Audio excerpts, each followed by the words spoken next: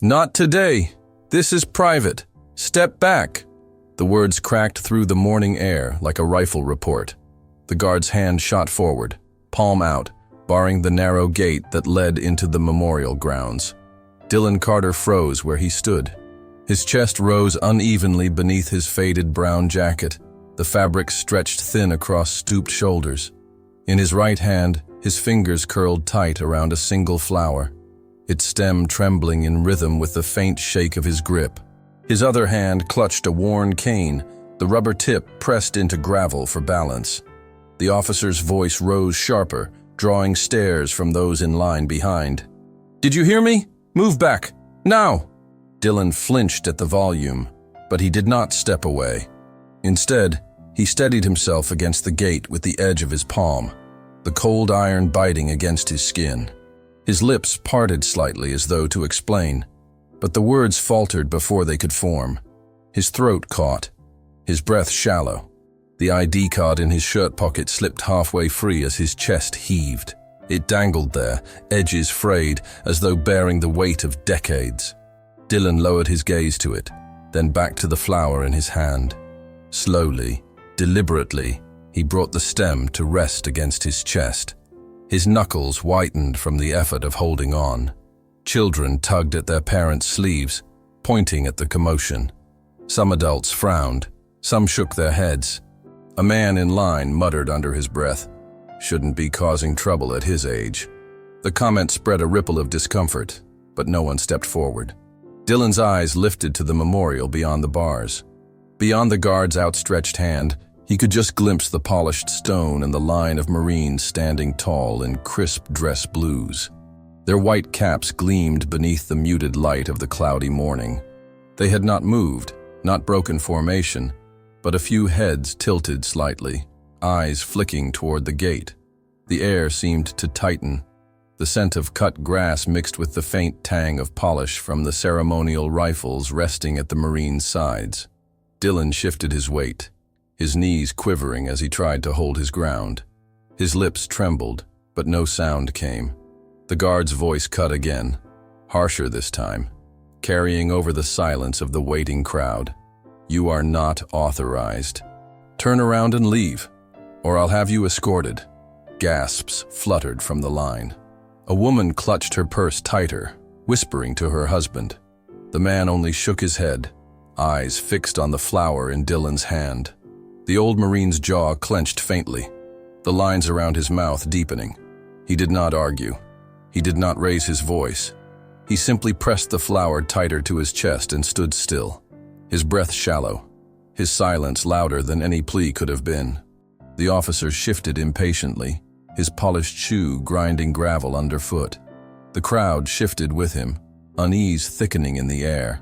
And yet, inside the gate, among the immovable formation of Marines, a single pair of eyes lingered.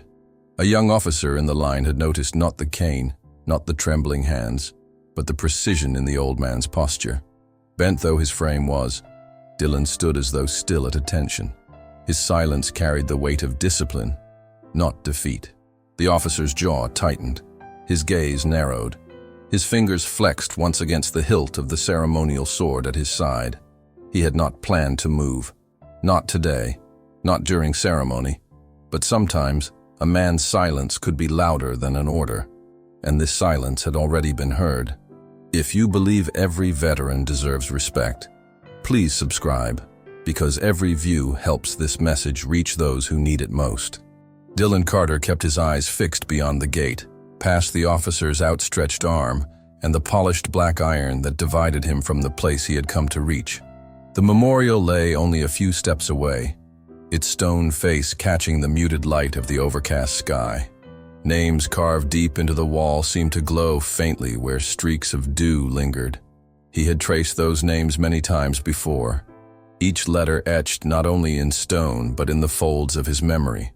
The flower in his hand bent slightly under his grip, its fragile stem quivering in rhythm with the faint tremor of his fingers. It was not the first flower he had carried here, nor would it be the last. Every year on this day he had come, rain or shine, alone or with company, to place a bloom at the base of the wall, where one name in particular drew him close. The ritual had never failed, until now. The air was damp, carrying the smell of cut grass and the faint tang of oil from the rifles gleaming in the Marines' formation beyond. Their boots lined the path in perfect symmetry, their posture unbroken, their silence absolute. Yet Dylan's posture, though bent with years, carried echoes of the same discipline. His shoulders squared as much as his age allowed. His jaw remained firm even as the lines of time deepened across his face. A child in line clutched his father's hand, whispering, "Why's that man not allowed?"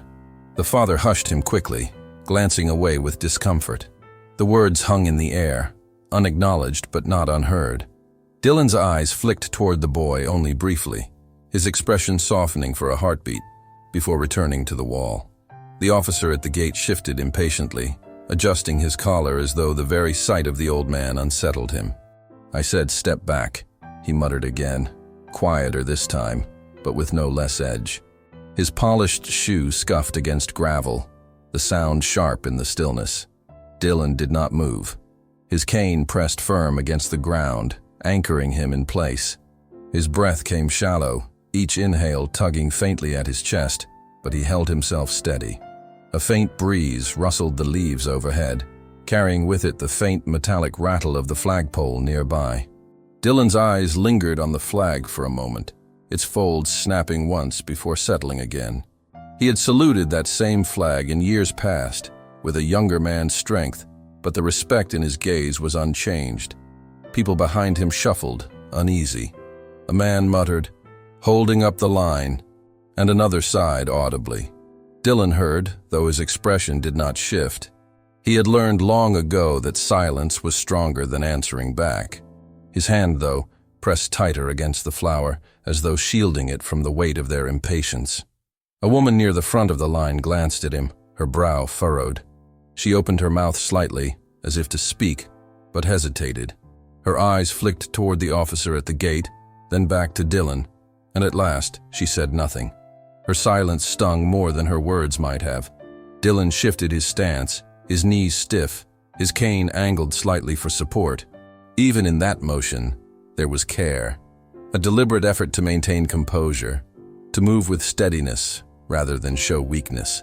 He adjusted the collar of his jacket with slow fingers, the gesture precise, almost ceremonial. The guard sighed, folding his arms now, his gaze hardening.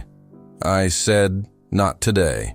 His tone carried less patience, more finality. It was not a rule enforced quietly. It was a humiliation delivered publicly. Dylan closed his eyes briefly, drawing in one long breath. The memory came unbidden. The sound of boots in mud, the crack of gunfire tearing through jungle air, the voice of a comrade shouting his name. He opened his eyes again quickly, forcing the memory down, anchoring himself in the present. His hand brushed the head of the cane, fingers curling tight around it, as if the wood could keep the past from spilling through. The Marines in formation had not broken their stillness, but one or two eyes lingered longer now. Their discipline held, but the awareness had spread, the kind of subtle shift only soldiers recognize. Dylan stood firm, the flower trembling faintly against his chest, his silence carrying louder than protest. His ritual had brought him here every year, his body weakened, but his spirit unchanged. But today, the ritual met resistance, and the line at the gate would not soften. The silence stretched thin, the tension pulling taut, waiting for the next moment to break it. Dylan Carter tightened his grip on the cane, the wood smooth from years of use, the tip pressed firmly into the gravel. The ground beneath him seemed uneven, though it was flat, his knees quivering as he bore his weight. His other hand still clutched the flower, its petals trembling against his chest with each shallow breath. He shifted slightly, adjusting the angle of his stance, slow and deliberate, every movement a battle between stiffness and resolve. The line behind him shuffled. Shoes scuffed the gravel, voices lowered to murmurs that carried nonetheless. "He's holding everyone up," one man whispered. Another added, louder, "Doesn't he know where he is? This isn't for just anybody." The words stung sharper than if they had been shouted. Dylan did not turn, did not answer.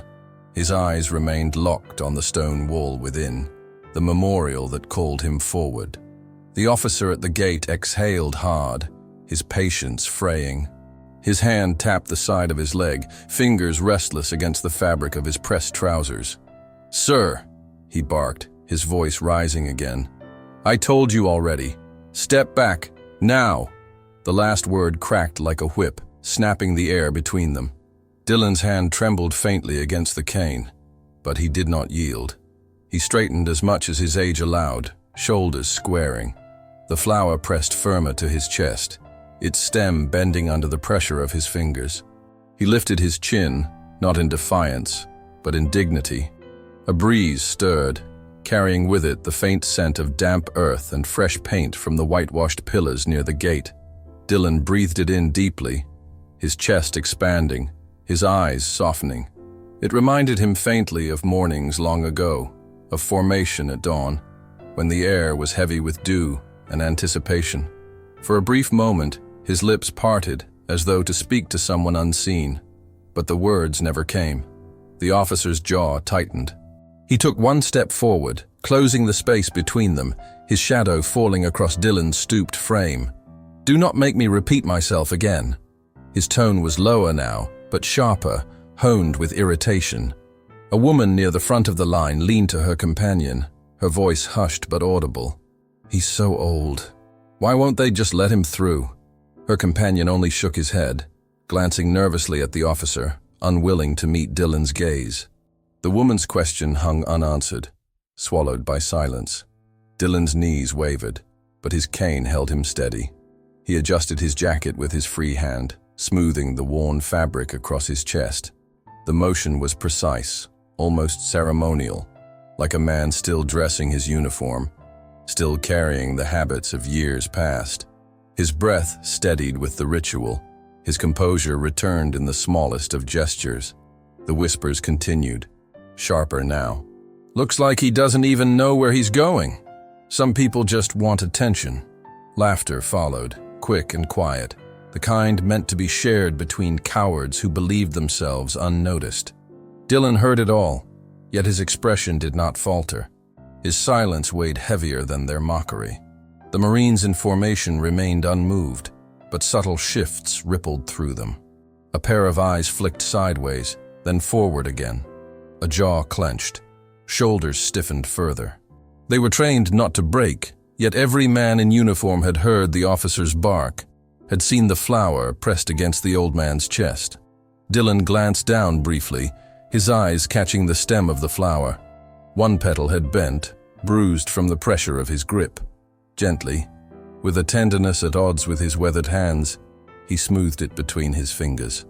The petal lifted, fragile, but unbroken. He replaced the flower against his chest, the gesture almost like a salute in its quiet reverence. A boy in line stared openly now, his eyes wide, his lips parting to ask something, but his father's hand closed over his shoulder, pulling him back gently. "Not now," the father whispered, his gaze fixed straight ahead. The boy obeyed, but his eyes lingered on Dylan with the curiosity only innocence allows. The officer at the gate sighed again, louder this time, drawing the crowd's attention. He shook his head, muttering, "Some people just don't listen." His words were not aimed at Dylan alone, but at the line as well, feeding the discomfort, reinforcing his control. Dylan did not flinch. His silence remained his shield. The air grew thicker, the tension drawn tight. Even the flag overhead seemed to hang heavier, its folds barely stirring in the breeze. Dylan stood anchored, a solitary figure against the authority pressing him back. His ritual demanded presence here. His dignity forbade retreat. And still, not a single person stepped forward. Not yet. The murmur of the crowd swelled faintly, unease rippling through those gathered near the gate. Dylan Carter shifted his weight, his cane steady beneath his palm as he tried to lean forward just enough to glimpse the wall beyond. The memorial was so close he could almost feel it. The carved names glistening faintly in the muted light, the weight of memory pressing against him like a tide. He moved one small step, slow and deliberate, his breath catching with the effort. The officer's hand shot out sharply, blocking him once more. His palm landed firm against Dylan's chest, pushing him back half a pace. The sudden force made Dylan stumble, his cane scraping hard against the gravel to steady himself. The flower in his grip trembled, nearly breaking under the strain. "I said you are not allowed," the officer barked, his voice loud enough to draw heads from farther down the line. "Step away before I call this in." The sharpness in his tone turned the air brittle. Passengers in the crowd froze, their eyes darting between the two men. Dylan steadied himself slowly, his back bowed but unbroken. He inhaled deeply, the sound audible, and lifted his chin again.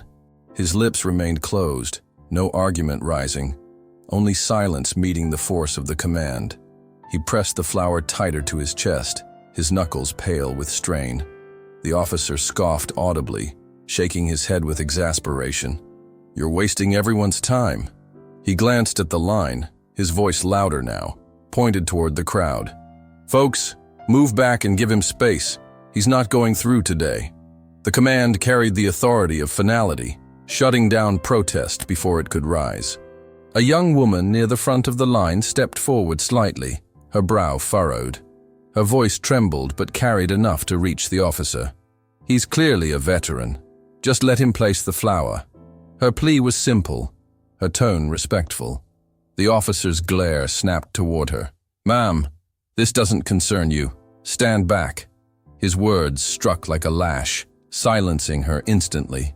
She recoiled, her shoulders tightening as she retreated. Shame colored her cheeks as she lowered her eyes, unwilling to risk more. Dylan turned his head faintly, just enough to glance at her. For a moment, gratitude flickered in his weary gaze, but he said nothing. Silence was still his only reply. Then the flower slipped. The stem slid from his trembling fingers, falling in a fragile arc before landing on the gravel at his feet. Gasps stirred faintly from the crowd. Dylan froze for a moment, staring at it, his lips pressed tight. Slowly, painfully, he bent forward, his back curving under the strain, his cane angled awkwardly to balance his weight. His knees trembled visibly, his breath catching in his throat as he reached toward the ground. The flower lay just beyond the tip of his fingers. The world seemed to still, all eyes fixed on the frail man bending for the fragile bloom. A ripple of laughter, muffled but cruel, spread from somewhere in the line. "Careful, old man. Don't break a hip," someone muttered. The words carried easily in the tense silence, sharp as glass. Dylan's fingers closed finally around the stem. He drew the flower up slowly, carefully, dusting the petals with a tenderness that contrasted the mockery. His hand shook, but his grip remained steady enough to place it once more against his chest. His back straightened as much as it could, his shoulders lifted in the echo of parade rest. The officer smirked faintly, as though amused by the spectacle. He folded his arms, his polished shoes grinding lightly into the gravel. "I warned you," he said coldly. His voice lacked patience now, only irritation sharpening the edge. The woman who had tried earlier glanced again toward Dylan, her lips parting as if to speak once more, but her companion touched her arm, shaking his head. She swallowed her words, lowering her gaze again. The weight of silence pressed harder. Behind the gate, the Marines stood unmoved, their formation flawless. Yet something subtle had shifted. Eyes flicked more openly now. A jaw tightened. A hand flexed faintly against the polished rifle stock. Their discipline held, but awareness spread through them like a quiet current. Dylan pressed the flower firmly against his heart, his face calm, though his body trembled. His silence remained intact, his dignity unbroken. He did not meet the officer's eyes, nor the crowd's. He stared beyond them, toward the wall he could not reach. The laughter from the crowd faltered, replaced by a heavy discomfort. The air itself seemed to still, the faint rustle of the flag overhead the only sound above the breath of the watching crowd. The officer's authority had grown louder, the crowd colder, the whispers sharper. But Dylan Carter had not yielded. And still, The old Marine did not flinch. The laughter that had rippled through the crowd thinned quickly, leaving only unease in its place. The officer at the gate still stood with arms crossed, his jaw tight, but his smirk faltered as Dylan Carter straightened himself slowly.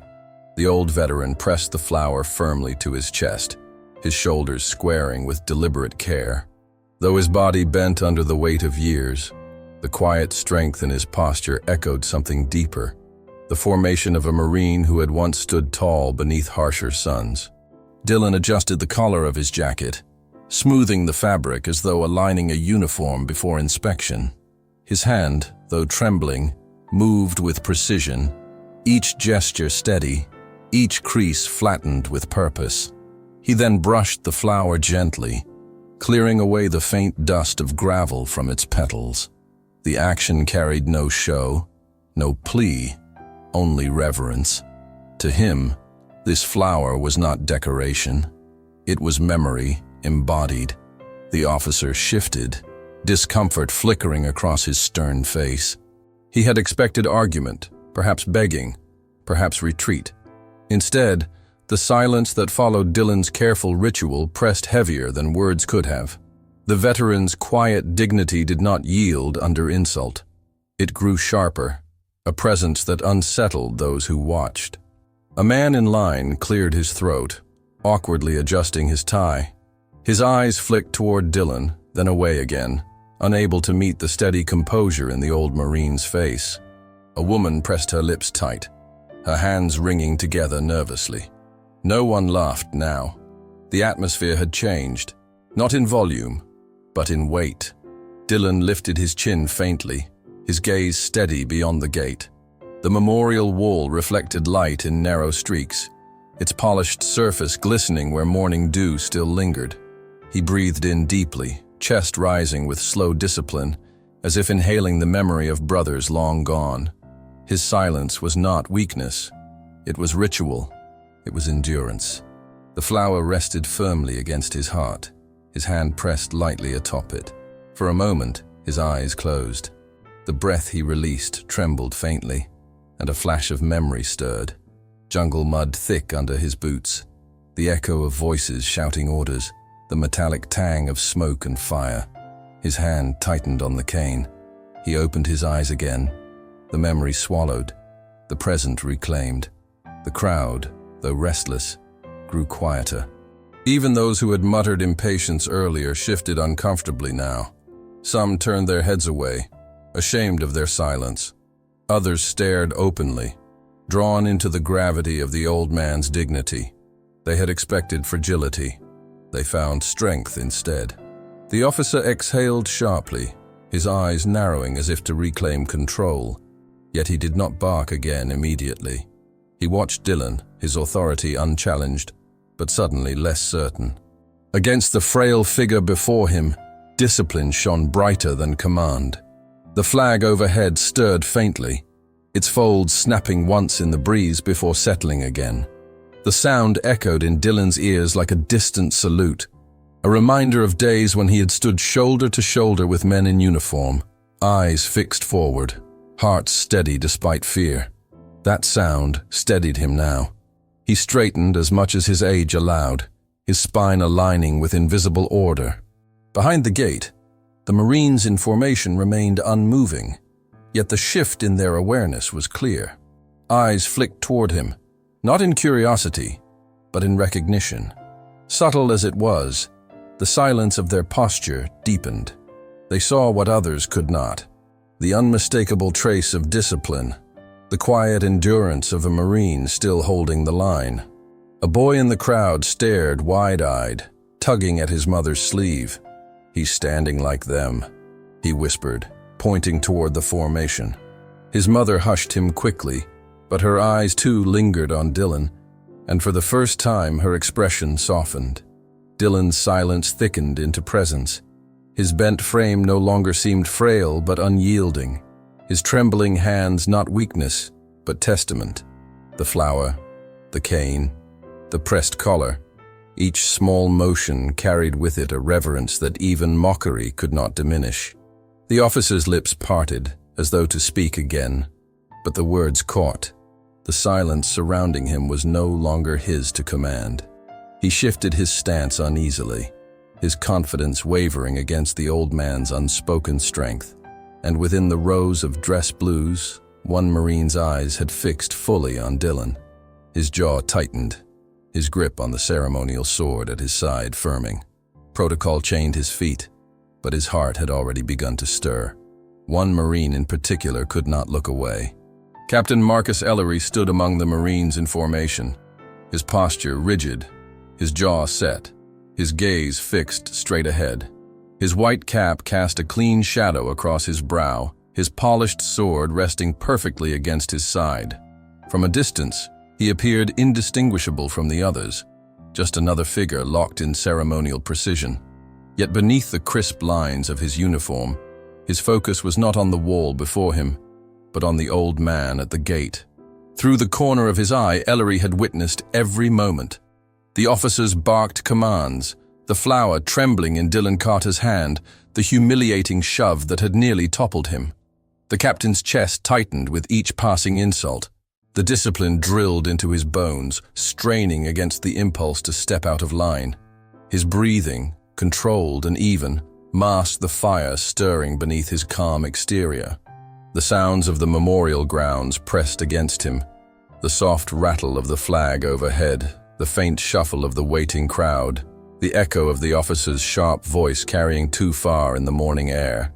Yet one sound held sharper than the rest, the silence of the old Marine who had borne every slight without flinching. Ellery knew that silence well. It was not weakness, it was defiance, the kind only soldiers carried when words were not enough.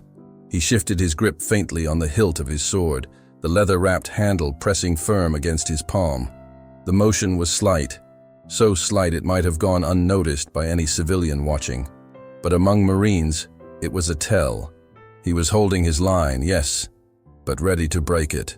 His jaw clenched as he recalled his own first days in uniform, the weight of expectation, the endless drills that taught him that silence could command more than shouts. He had been taught to recognize men who carried that silence. Dylan Carter was one of them. Even bent with years, even trembling, he stood with the same unspoken authority Ellery had been raised to honor. The captain's eyes flicked briefly toward the officer at the gate. He measured the man's stance, the impatience etched into his movements, the authority worn like armor without understanding of its weight. Ellery exhaled slowly through his nose, his lips pressed tight. The difference between discipline and arrogance could not have been clearer. The Marines to his left and right remained statues, their eyes fixed forward, their posture unbroken. But Ellery knew they had noticed too. Soldiers did not miss details like this. The subtle tightening of shoulders, the faintest turn of an eye. These were signs of men who felt the same pull.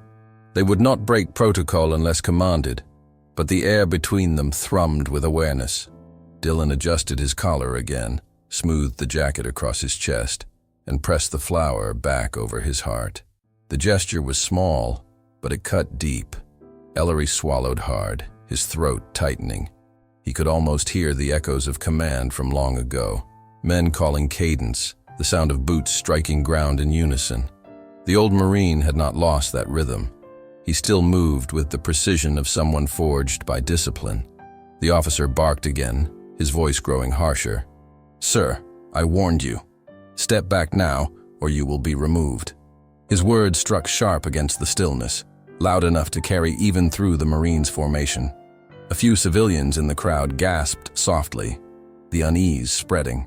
Ellery's fingers tightened on his sword again, the knuckles whitening beneath his glove.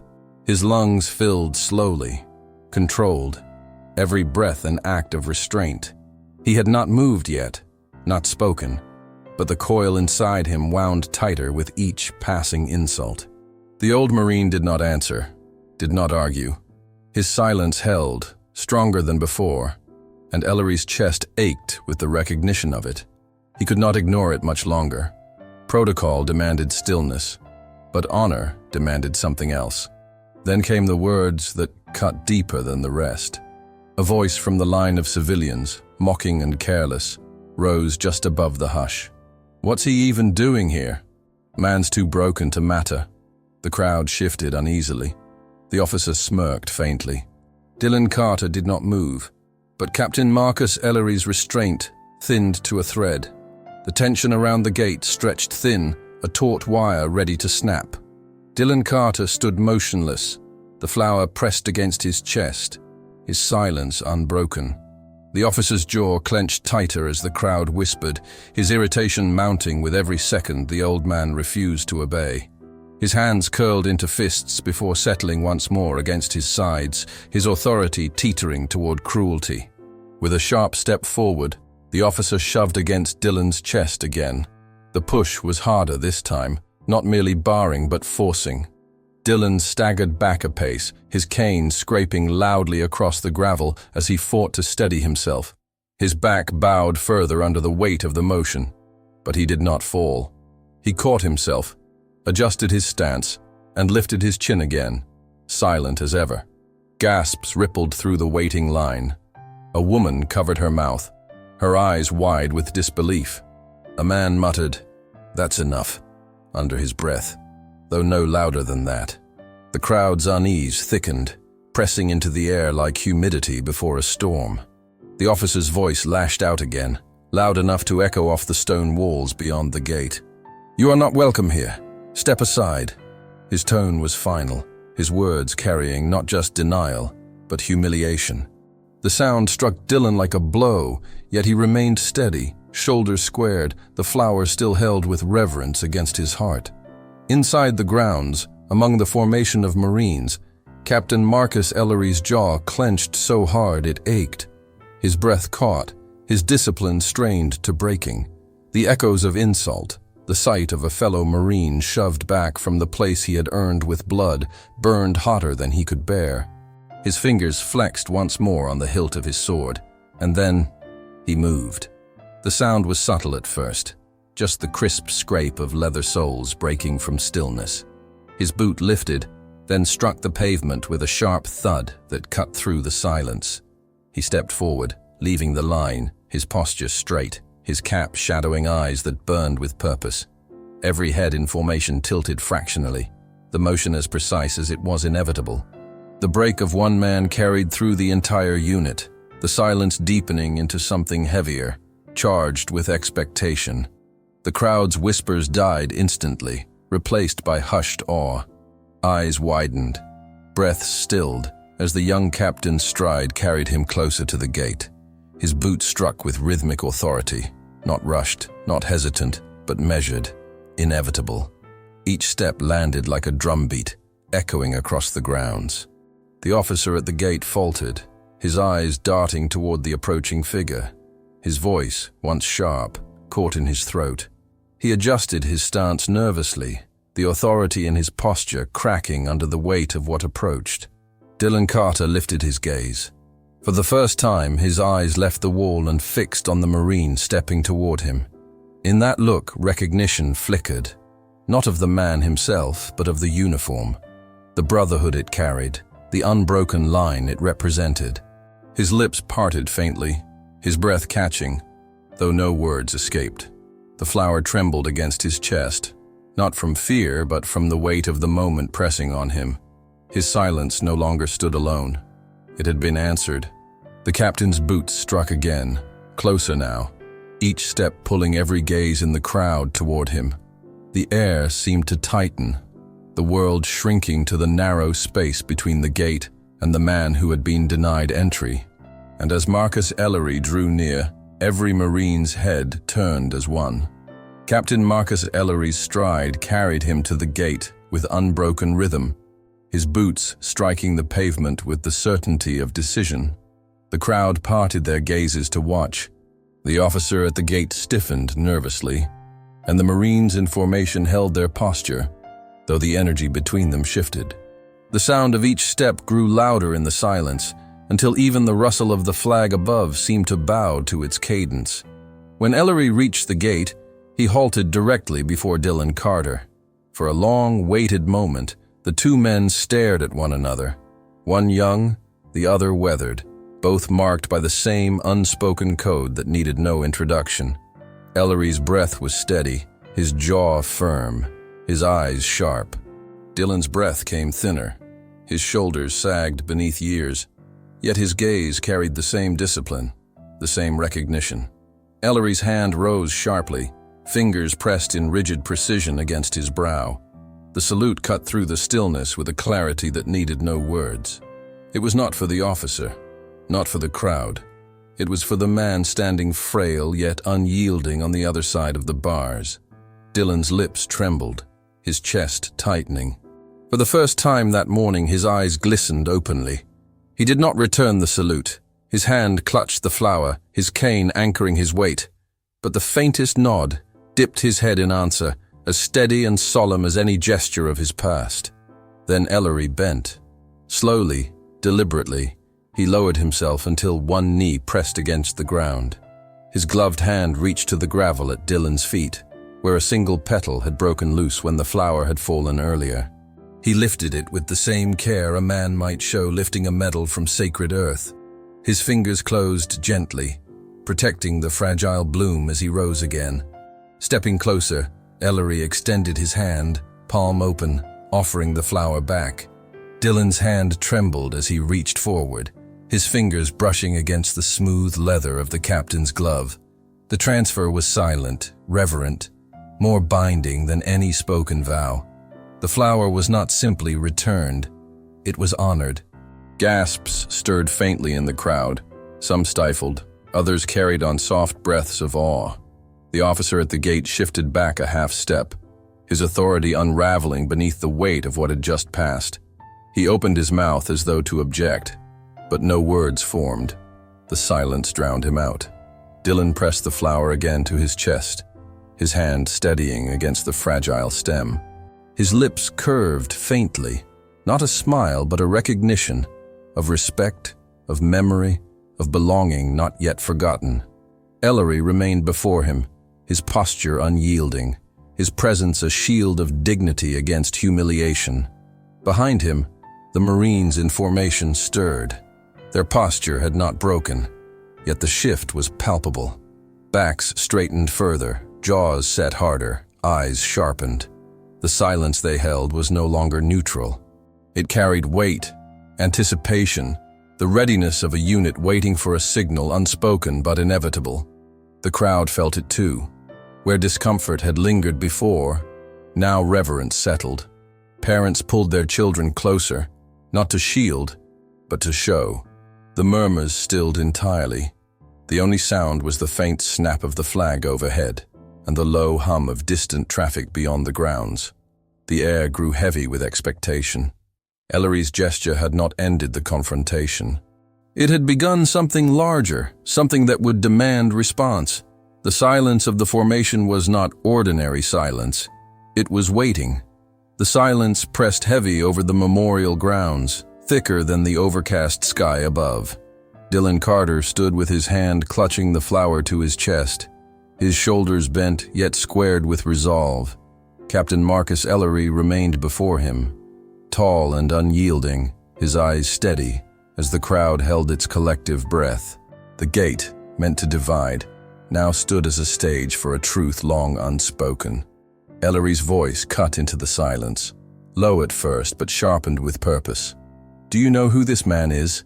His question carried not to the officer alone, but to everyone within earshot. The crowd, the Marines, even the restless wind overhead. His tone was calm, but it resonated with command. The officer's face shifted uneasily, his mouth opening and closing without sound. The murmurs in the line stilled, all eyes fixed on the captain. Ellery's gaze did not waver from Dylan. "This man carried the line at Khe Sanh," he said, his voice rising with measured strength. "He marched through fire when others could not. He stood when the world around him fell." Gasps fluttered through the crowd. The name of that battle still lived in the marrow of those who remembered, a word weighted with loss, endurance, and unimaginable sacrifice. Heads turned toward Dylan, eyes widening with sudden recognition. Dylan's lips parted, his breath catching. His hand trembled slightly against the flower as he whispered, his voice roughened by age but steady in truth. "We were boys, just boys, but we held." The words cracked faintly, yet carried with them a power that stilled every restless motion in the crowd. His eyes closed briefly, and for a heartbeat he seemed elsewhere. Mud underfoot, smoke curling, comrades shouting against the roar of artillery. He opened them again, steady, present, his dignity unbroken. Ellery inclined his head, his voice tightening with emotion restrained. "You endured what most could never imagine, and yet you stand here today, still holding the line." His words were not praise spoken idly. They were testimony. The crowd shifted, the shame of silence pressing down upon them. Those who had whispered impatience now lowered their heads. The man who had muttered that Dillon was holding up the line clenched his jaw, his eyes fixed downward. The one who had scoffed about him being too broken to matter shifted uncomfortably in his place, his cheeks flushing as though the truth itself had turned to heat against him. The officer at the gate swallowed hard, his smirk gone, his posture faltering. The authority he had clung to cracked visibly. He stepped back half a pace, his shoulders tightening as though trying to make himself smaller. His voice, so loud moments ago, was gone. Dillon inhaled deeply, his chest rising against the weight of memory. His silence now was not endured humiliation, but earned reverence. He did not need to defend himself. The truth had been spoken for him, carried by another Marine who recognized what no civilian eye could fully see. A woman in the crowd dabbed her eyes with a tissue, her shoulders trembling. Beside her, her husband bowed his head, lips pressed tight, as though Ellery's words carried a personal echo into his own memories. A boy clung tighter to his father's hand, his wide eyes never leaving the old man who stood steady at the gate. The Marines behind Ellery stood motionless still, but their silence was alive now, no longer neutral. It carried the echo of his words, their discipline now charged with reverence. Every man in the line knew the truth of what their captain had spoken, for they too had been taught the legacy of the battle he had named. Dillon's hand pressed tighter against the flower, his thumb brushing its fragile petals with care. His voice, faint but resolute, broke the silence once more. "We promised we would bring them home." His eyes glistened, and his breath trembled as though the names on the wall beyond pressed closer. Not all of us made it. The words hung heavy in the air, not merely confession but vow remembered. The truth landed like a hammer, striking every heart that heard it. The officer's eyes darted toward the ground, unable to meet the gaze of the man he had barred. His authority was gone, his posture shrinking beneath the weight of recognition, and the ones who had mocked Dillon Carter could no longer look away. The weight of Dillon Carter's words lingered like smoke across the grounds. "We promised we would bring them home." His voice had cracked, but his dignity had not broken. The truth hung heavy, pressing down on every soul who heard it. The crowd shifted, shame thick among them, the silence stretching longer than any reprimand could have. Captain Marcus Ellery turned from Dillon to face the formation. His chin lifted, his jaw set, his eyes burning with clarity. The Marines stood rigid, their posture unbroken, but the air between them throbbed with readiness. Ellery's voice rang out, not loud, but sharp and steady. "Honor him!" The command struck the stillness like thunder. Instantly the formation stirred. Boots struck pavement in unison, rifles angled with precision, bodies pivoting with crisp discipline. The Marines broke from their line and surged forward together, the pounding of their steps echoing like a heartbeat across the grounds. The sound reverberated through the crowd, rattling the air, pulling gasps from every throat. They moved as one, not chaotic but deliberate, surrounding Dillon in a circle of unshakable reverence. The flower pressed to his chest trembled as the ground itself seemed to shake beneath the weight of their march.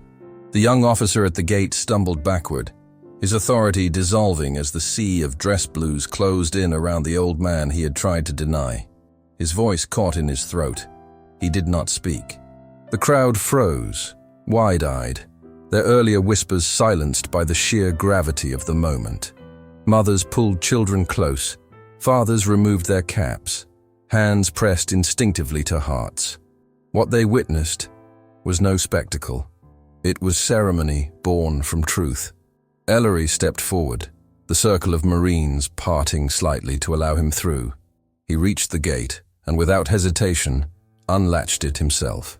The iron hinges groaned faintly as it swung open, the barrier dissolving in an instant. He stepped to Dylan's side, placing a steady hand on his shoulder. "Come inside," he said quietly, though his voice carried for all to hear. It was not permission. It was recognition. Dylan's eyes glistened as he took one slow step, then another. His cane pressed against the stone walkway beyond the gate, his knees quivering under the effort. But the flower in his hand never wavered. His breath trembled, but his shoulders straightened as he crossed into the place he had been denied. The Marines closed ranks around him, boots snapping in unison, forming an honor guard without needing to be told. The sound of their synchronized steps rolled like thunder across the grounds, reverberating against the memorial wall. The officer who had barred Dylan stood frozen outside the circle. His arms hung limp at his sides, his face pale, his posture stripped of every ounce of authority. The crowd did not look at him. Their eyes were fixed only on the old Marine moving toward the stone. Gasps softened into silence as Dylan approached the wall, his cane clicking faintly against the path. The Marines flanked him on either side, their rifles gleaming, their faces resolute. Each step carried him closer to the names etched deep into stone, closer to the memory he had guarded with such quiet endurance. The flower trembled in his hand, the petals fragile but unbroken, just as he was. His breath shuddered as he halted before the wall, the names shimmering faintly in the morning light. He lowered the flower with both hands, slow and deliberate, setting it at the base with reverence. For a long, still moment, no one breathed. The Marines stood silent as statues, their circle unbroken. The crowd behind the gate held their silence too, reverence settling over them like a veil. The only sound was the faint ripple of the flag above, its fabric snapping once before falling still again. Dylan bowed his head, his shoulders trembling faintly, but his face calm. The promise had been honored, the ritual fulfilled. Yet the moment did not end there, for what began at the gate could not be contained by the gate alone. 1 year later, the morning sky hung gray again above the memorial grounds, the same flag snapping softly in the breeze. The path to the gate was familiar, each step measured and steady as Dylan Carter returned with his cane pressed firm against the gravel. His jacket hung neatly over his shoulders, his hand once more clutching a single flower, its stem trembling only slightly, its petals bright against the muted light of the day. But this morning felt different.